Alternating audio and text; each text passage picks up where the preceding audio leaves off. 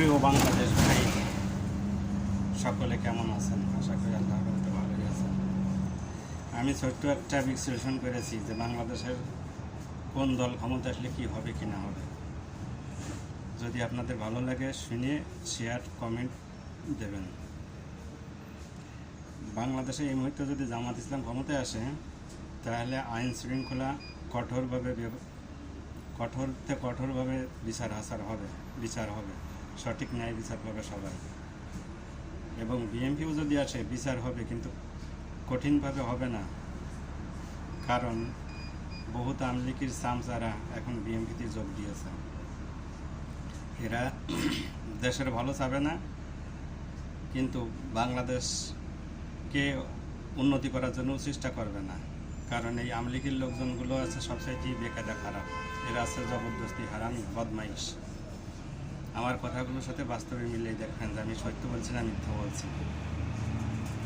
কারণ দেখেন, হাসিনা যতগুলো অপকর্ম করেছে, যত খারাপ কাজ করেছে, সবাই কিন্তু তার সাপোর্ট করে, কিন্তু কখনো স্বীকার করে না যে হাসিনা এতগুলো খারাপ হয়েছে।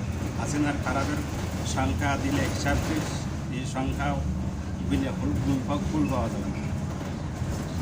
কারণ ও ক্ষমতা এসে পিলখানা হত্যা করেছে, সেনাবাহিনী মেরেছে, তারপরে বড় বড় আলেমদের ফাঁসি দিয়েছে, সেনাবাহিনী দিয়ে আলেমদের জেল খাটাইছে, সাধারণত জামাত বিএনপিকে জেল খাটাইছে। আমি তার একজন ভুক্তভোগী, 4.5 মাস জেল খেটেছি বাংলাদেশে যে 24 সালে। কিন্তু এত অত্যাচার করার পরেও এখনও অনেকেই সেই আওয়ামী লীগের গুণগান গায়, কিংবা আওয়ামী লীগের লোকজন যারা, তারা ভুলগুলোকে ভুল বলে না, কিন্তু ওরা যেটা বলে ওরাই মনে করে যে আমরাই সঠিক বলি।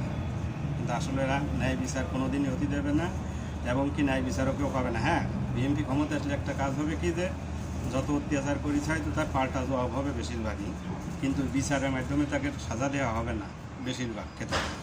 কারণ শতকরা 80টি বিচারের ক্ষেত্রে দেবে না, 20 জনেতে ন্যায় বিচার পাবে, কিন্তু সাজা হবে না। এই জন্য বিএনপি ক্ষমতা আসলে আসলে সাজা তো দরকার, কারণ যে পাপ যতটুকু করেছে সে পাপের তার ততটুকু ফল দেওয়ার দরকার আছে, যাতে সে ভবিষ্যতে অপরাধ না করে।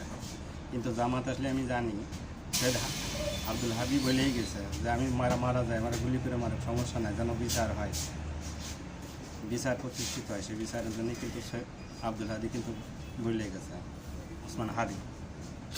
এই জন্য ন্যায় বিচার করতে হলে জামাতকে ক্ষমতায় আনতে হবে। জামাত ইসলাম ক্ষমতায় আসলেই যে যতটুকু অপরাধ করেছে, যতটুকু পাপ করেছে, সে পাপের সাজা পাবে। এবং সামনেও যারা চুরি ডাকাতি বাটপারি চিটারি করবে, বদমাইশি করবে, দুর্নীতি করবে, এদেরও বিচার হবে বাংলার মাটিতে।